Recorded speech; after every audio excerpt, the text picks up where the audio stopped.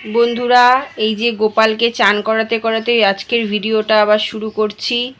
এখানে ঠাকুরের ফুল মানে মায়ের ফুল, শুকনো ফুল সব, ভোলে বাবার ফুল সব তুলে নিয়েছি। শুকনো ফুলগুলো আর কি পরিষ্কার করে নিয়েছি। এখানে হচ্ছে গোপালকে এখন চান করাবো। এই যে বাসি জামা রয়েছে এখানে, আর গোপালকে এখন চান করাবো। এখানে সব গুছিয়ে নিয়েছি, এই যে রয়েছে সব পুজোর জিনিস। তাহলে ব্যাক ক্যামেরা দিয়েই ভিডিওটা গোপালকে চান করাতে করাতে ভিডিওটা স্টার্ট করছি। হ্যালো বন্ধুরা, আশা করি আপনারা সবাই খুব ভালো আছেন, আমিও খুব ভালো আছি। তো বন্ধুরা, প্লিজ প্লিজ আমার চ্যানেলটাকে সাবস্ক্রাইব করে দেবেন, লাইক করে দেবেন, কমেন্ট করে দেবেন, শেয়ার করে দেবেন প্লিজ বন্ধুরা। তাহলে চলুন ঝটপট করে গোপালকে চান করিয়ে দিয়ে গোপালের সিংহাসনে গোপালকে বসিয়ে দিই, তারপরে বাদবাকি কাজ আবার করি আস্তে আস্তে করে। তাহলে চলুন। এই যে বন্ধুরা, পুজো দিয়া কমপ্লিট। কালকে ওই যে জামরুল এনেছিলাম, সেই জামরুল দিলাম ঠাকুরকে। বলছি কলা দিয়েছি মাকে, হাফ কলা দিয়েছি, তো এটা বলছি, দাঁড়ান। কেন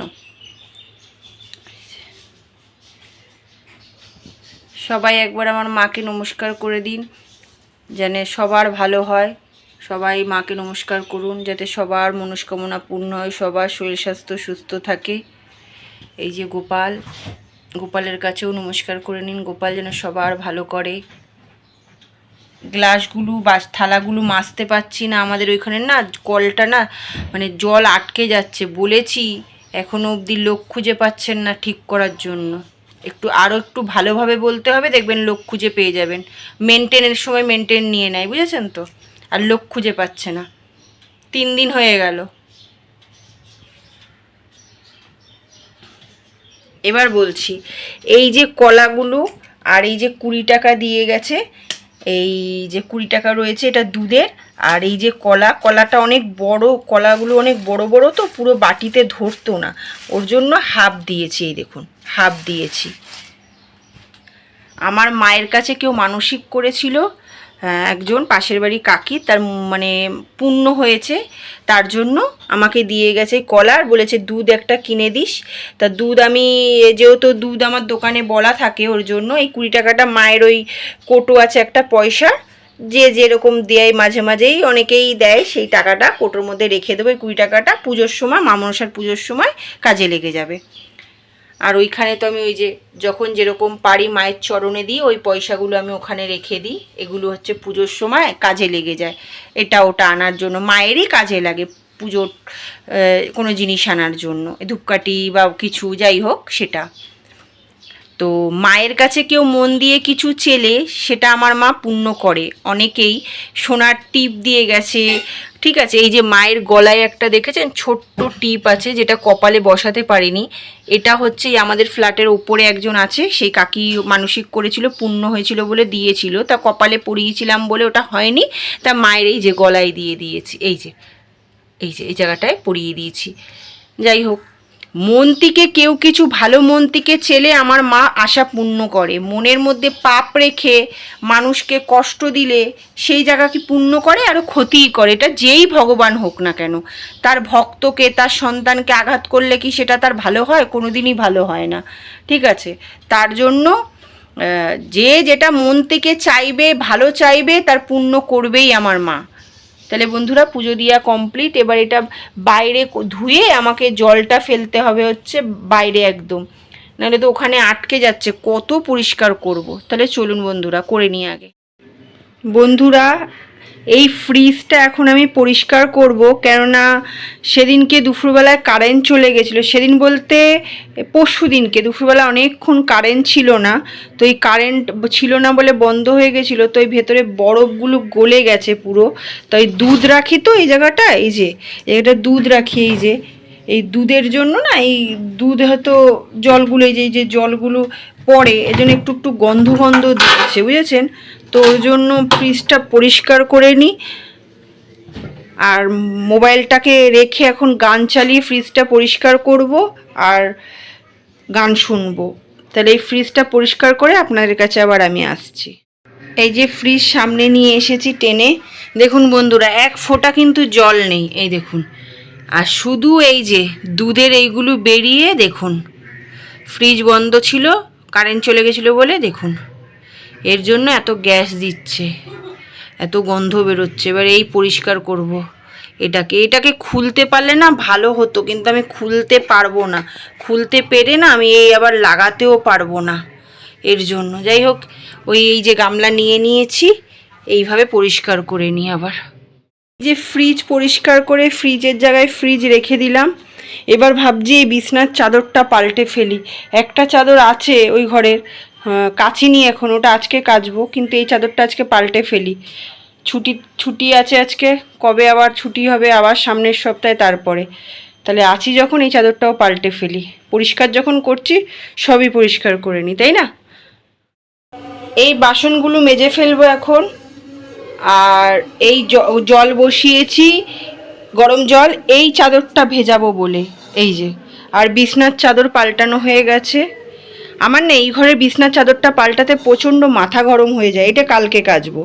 প্রচণ্ড মাথা গরম হয়ে যায় কেন বলুন তো? ওই যে ওইখানটা, ওই যে চাদরটা দিয়ে ঢাকা রয়েছে দেখেছেন, ওইখানটার মধ্যে পুরনো নাইটি, আমার মেয়ের জামা প্যান্ট, মানে পুরনো সব কিছু।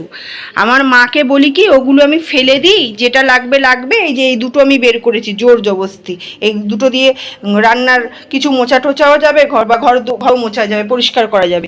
আমি বলি কি, এইগুলো একটু ফেলে দিই, তাহলে কি হবে, ভালো ওই জায়গাটা এরকম ঢিপি দেওয়া থাকবে না। এই দেখুন জামা প্যান্ট আমার মেয়ে পরবে আর এইভাবে উঠতে থাকবে মরুভূমির মতন। আমি জন্য ইচ্ছা করে গুছাই না, তো থাকুক গিয়ে, ঠিক আছে। আর আমার মা ফেলবে না, বুঝেছেন, ওগুলোকে ওইভাবে রেখে দেবে। আসুক আজকে আর একবার বলবো, নাহলে এই একটা প্যাকেটের মধ্যে, মানে ব্যাগের মধ্যে করে নোংরার গাড়িতে ফেলে দেবো। দেখুন না, আসুক আজকে, মাথা প্রচণ্ড গরম হয়ে যায়। এই সব নামিয়ে আবার ভাঁজ করো, দেখুন এই যে পরে এগুলোকে আলমারিতে ভাঁজ করে ঢোকানোতে পারে, ঢোকায় না। এই যে এই জায়গাটা কেমন লাগে দেখতে বলুন? এই যেরকম ঘর থেকে ঢুকেই এইভাবে কেমন লাগবে দেখতে বলুন? মাথা গরম হয় না? যাই হোক, এই বাসনগুলো আমি মেজে ফেলি। আর এই গরম জল বসিয়েছি ওই চাদরটা ভেজাবো বলে ওই ঘরে। এখানে মাংস ধুয়ে রেখেছি, এখানে মশলা করে নিয়েছি, এখানে কড়াই বসিয়ে দিয়েছি, এখানে ননস্টিকার বসিয়ে দিয়েছি, এখানে আলু, ক্যাপসিকাম, গাজর, বিনস কেটে নিয়েছি, এখানে ভাত হয়ে গেছে, উপর দিয়ে দিয়েছি। আজকে ক্যাপসিকাম দেবো মুরগির মাংসে।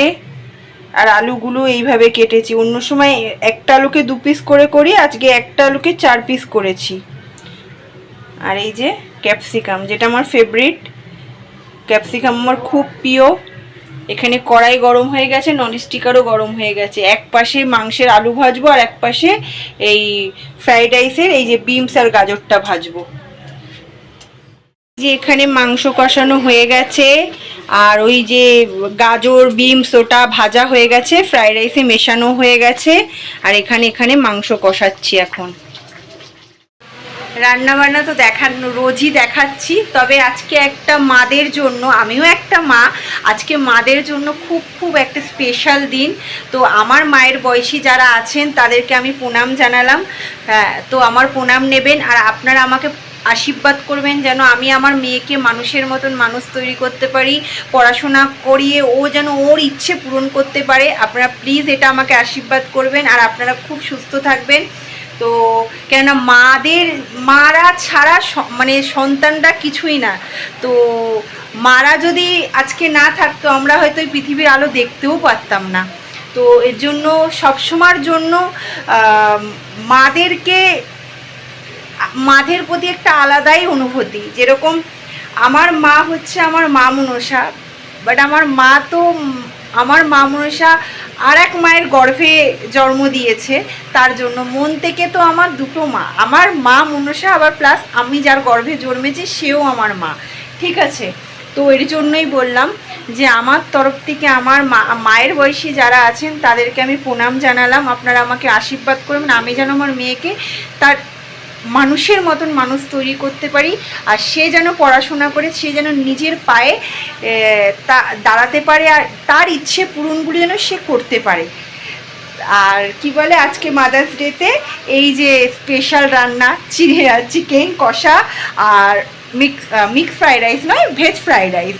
তাহলে চলুন রান্নাটা করে নিই ঝটপট করে। ওখানে অ্যাডজাস্টমেন্ট চলছে, তো ওর জন্য ঘের ঘের করে আওয়াজ হচ্ছে। তাহলে চলুন রান্না বান্নাটা ঝটপট করে করা যাক, তাই। এই যে বন্ধুরা মাংস কষানো হয়ে গেছে, এর মধ্যে ক্যাপসিকাম আলু দিয়ে দিয়েছি। হ্যাঁ, আর আমার মেয়ে বাটি রেডি করে রেখেছে, এই যে ওকে এই কষানো মাংস দিতে হবে, তারপরে জল ঢালবো। এই যে মাংস যেহেতু কষানো হয়ে গেছে, ও বাটি রেডি করে গেছে যে আমাকে দেবে, ওই জন্য বাটিটা রয়েছে।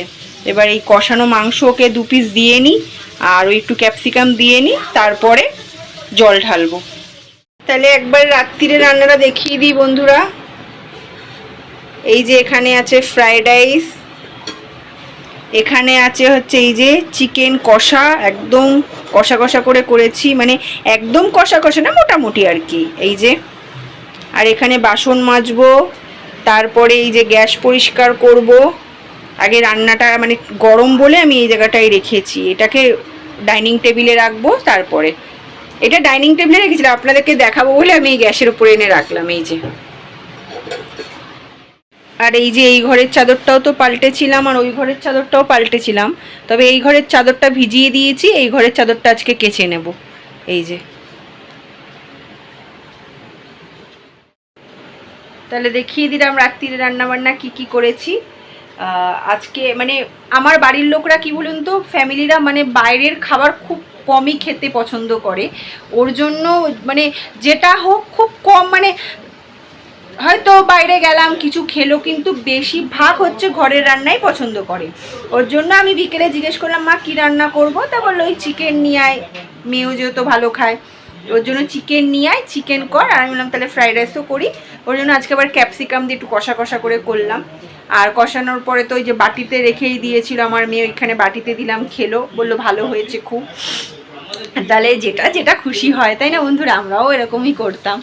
তো ওর জন্য বাড়িতে রান্না করলাম, ঠিক আছে ভালোই তো, আবার কি, ঘরের খাওয়াও তো আর একটা আনন্দ, তাই না?